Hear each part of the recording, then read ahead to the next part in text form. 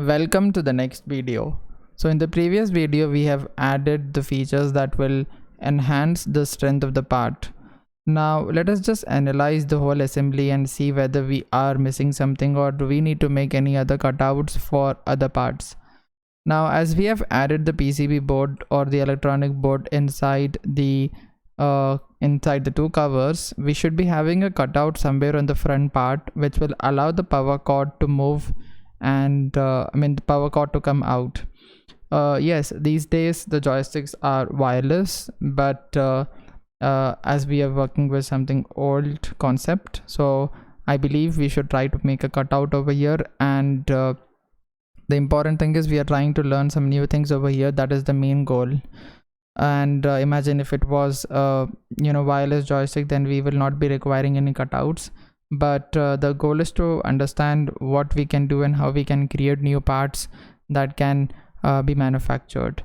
Now the cutout which I will be making over here will be for the power cord to come out from the PCB board and a strain relief to be placed over there. Now what is a strain relief? A strain relief for cables is a kind of rubberish material. The material will be kind of rubber elastic in nature. This will basically prevent the wires to come out from the PCB board. So we will be adding this strain relief on this cutout. Alright, so let us just try to work for this and see how we can place a strain relief over here, and we will be creating another part and adding it to the assembly. First of all, we need to decide where are we going to create the cutout. So I believe we can create the cutout in a central place of this particular joystick.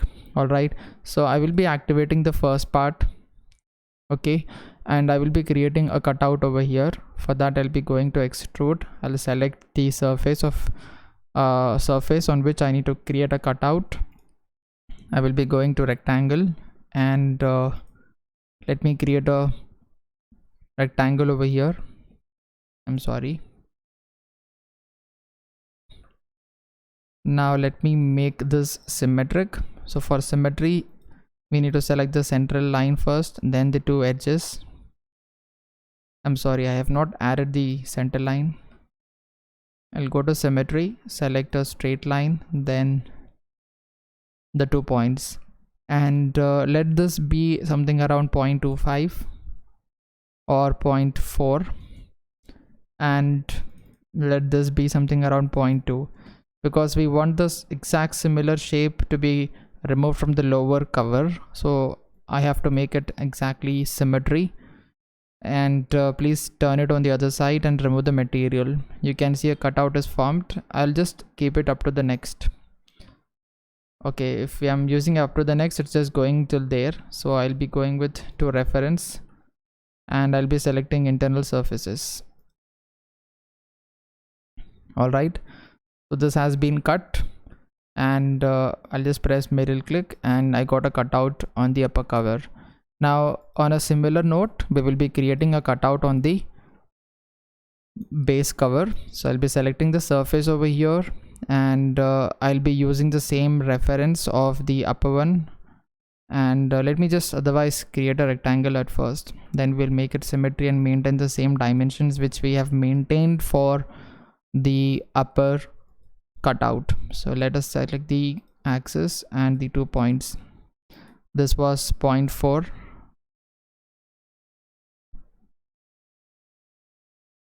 and this is 0.2. Press OK and switch the direction for the material removal, and you can see there is a rib over here which we have created. All right, so we have to push the material a bit inside so that the rib doesn't come in contact with the strain relief. We should be having enough space. We can alter it later, that is not a big problem. Now let me just go to the main assembly and create a cut section view and see how or what are the type of arrangement at the cutout location. All right,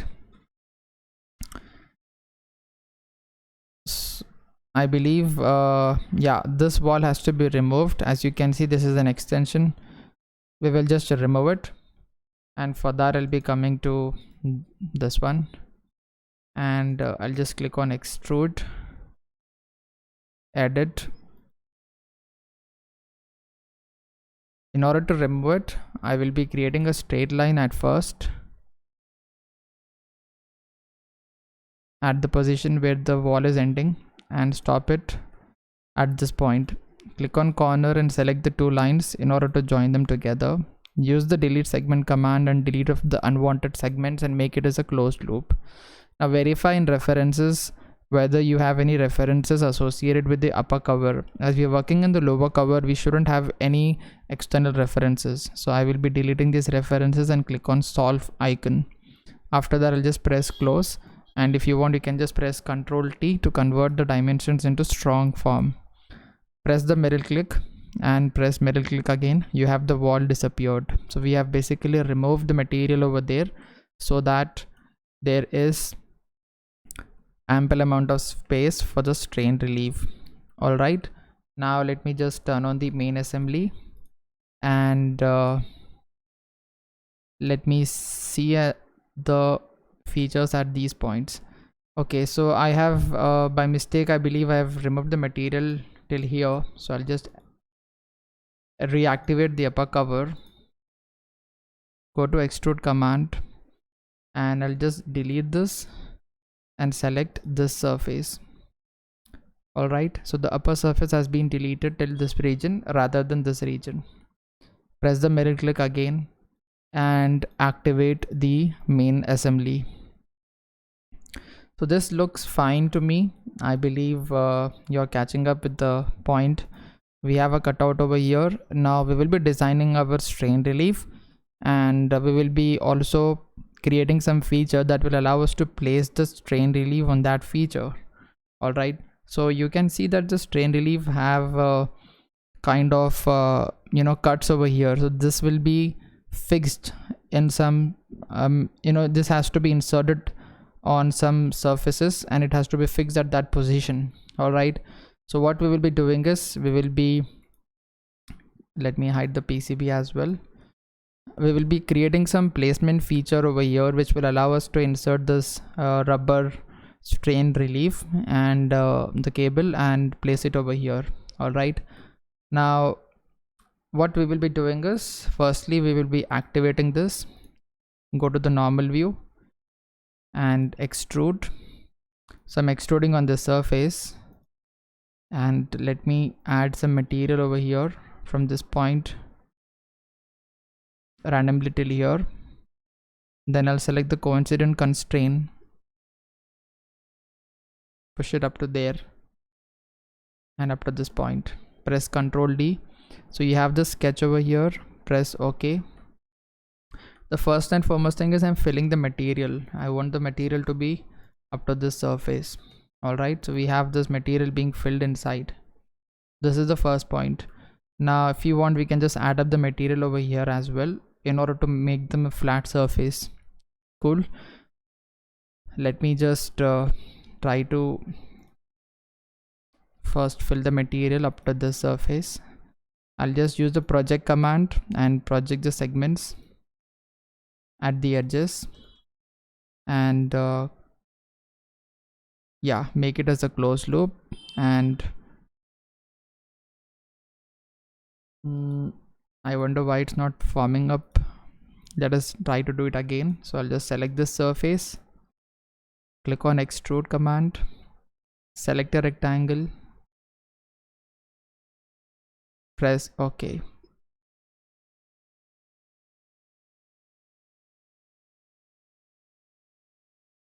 There is some issue. Okay, it's remove material. No. Is it forming up? No. Let me redraw it and delete the references and select the planes. Press OK. No, I wonder why. Let me try to go to flexible modeling and go to offset Select the surface and push it upward. Yes, it's happening. I wonder why the extrude was not working. Anyway, we will solve it with offset. No issues. Might be some glitches. Let us just see the distance at first. This is something around 0.055. So what I need to do is I need to offset the material up to that distance, so that both the surfaces are matching each other. Well and good, the surfaces are matching to each other. Now let us just look at the assembly. I mean, the reason why I'm working in the assembly is because we can constantly view the shape, the overall shape of the feature with respect to the total complete assembly what we have. All right, so you can see there is a cutout over here, and I want this cutout to be inserted inside the lower cover so that it grips the rubber piece with the plastic part. All right, and the upper side I don't want any kind of gripping features, but let us just try to create some feature on the base plate. So what we will be doing is we will try to enhance or extend the size of this material. Let me just hide this. Click on extrude, select the surface. I really hope the extrude will work right now. Yes, it's working. And I'll just push it up to a certain distance. Let us match with this level. That will be fine. All right, this looks good to me. Now we will be creating a cut over here on this surface, and let me just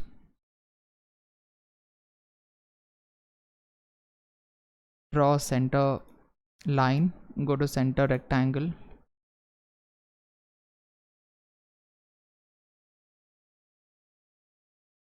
create a cut over here with 0.3,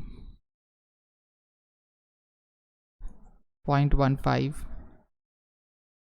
or we can just reduce it to be something 0.10, 0.25, and change the direction of material. All right, see that it digs up to certain depth, so for reference we can select this surface. All right, this is one slot kind of feature what we have. We will create another slot over here. So what I'm trying to do is I'm creating two slots which will help us to insert the strain relief inside this, and create a slot for this strain relief to hold in itself.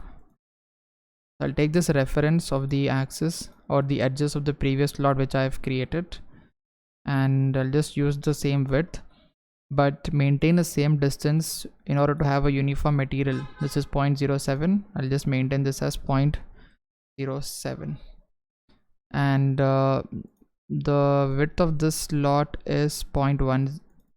I'll just make this as 0.1. all right, I'll just press OK, Control D, and we can change the direction of material and refer it up to the surface. So the slots have been created, and let us just look at the complete assembly. View, and unhide all. So we have these two slots in which the rubber material will go inside and sit, and we will be having the what do you call, the strain relief being present over here. All right, so one thing what we can do is we can remove this material over here. Okay, so I'll just cancel this one, and I'll make a cut like feature over here. I'll extrude on the surface, and we have the center line being placed. Let me go to the corner rectangle and make this as symmetry, so that equal amount of material is being removed from left to the right. I'm selecting the delete rather than symmetry. This is 0.1 or 0.15. Press OK, change the material direction, and you can just select up to this reference. All right, so this looks good to me. I'll just press OK and turn on the complete assembly and unhide all. So we have this cutout being created with the features that will allow the strain relief to set in itself. And in the next video we will be trying to design a strain relief and we will add it to the assembly. Alright, so let us just catch up in the next video.